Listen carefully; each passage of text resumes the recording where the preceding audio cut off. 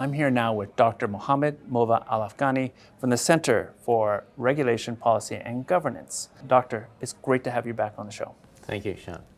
In fact, you were here in 2022 with us on Asia in Focus, and at that time we spoke a lot about international developments in managing water pollution. What has happened since 2022 of note? Well, there is bad news and good news. I'll start with the bad news. I think the bad news is that the knowledge is starting to crystallize. There is stronger evidence that there are PFAS contained in rainwater in several locations in the world. What's PFAS? PFAS is a dangerous chemical. It's a part of a persistent organic pollutant. It causes different kinds of illnesses. It is a huge problem. But then I think the good news is some governments have started to realize the dangers of PFAS and addressing them. The United States have recently released a PFAS standards in drinking water and also committed to some cleanup costs. But for developing countries, although PFAS containing products is already in developing countries, it's not yet considered a priority. That's another bad news. Now, you wrote a report for us on clean water and the business and human rights agenda using the cleanup of the Citarum River here in Indonesia as case study. Tell us, why is this report important and what are some key takeaways? Well, the Citarum River was the most polluted and dirtiest river in the world. But now, since the government of Indonesia formed the Citarum Task Force, the water quality index have improved and the industrial water pollution has significantly reduced.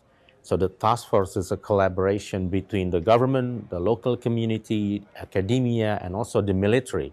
So I think it kind of demonstrates that if we collaborate and coordinate, and with strong political will, other river basins in the world can also clean up their river. So it's more than just a cleanup of the Citarum River, it's also about cleanup of other rivers and river basins. I think it inspires to the cleanup of other river basins by probably taking some of the models and the lessons from the Citarum. You've also helped us develop a toolkit, the Human Rights and Environmental Due Diligence Clean Water Self-Assessment.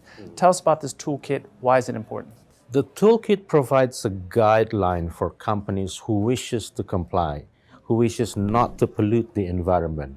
So the toolkit contextualizes the United Nations Guiding Principles, the business and human rights, into water pollution context. So if the company were to comply, there are steps that is provided in the toolkit. I think now there is more realization in terms of consumer demands that they want to purchase goods and they want to wear clothing which are produced by factories which are clean and not polluting the environment.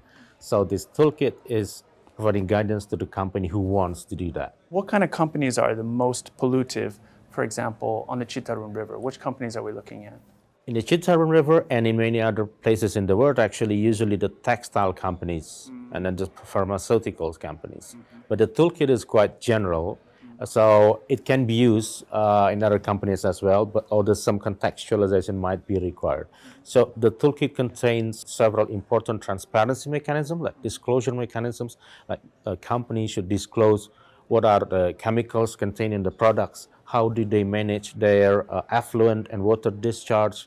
So it really show the company how to behave as a good steward for water. And tell me this. We had a conversation in the past about the competing demands of economic development and environmental protection.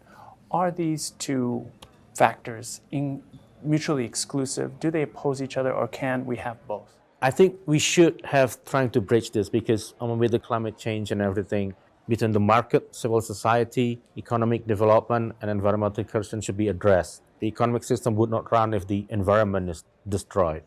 So that's why we have this toolkit, which actually trying to contextualize the United Nations Guiding Principle on business and human rights and showing how the company to behave. Well, thank you very much for being here today. It's a pleasure. Thank you, Sean. Microplastics, this one, were found in the Citarum River, and at the same time, our utilities are unable to treat these microplastics.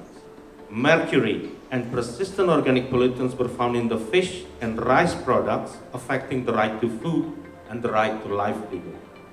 Chromium-6, which are known to increase cancer risk, cause tumor and delay skeletal development, were found in whales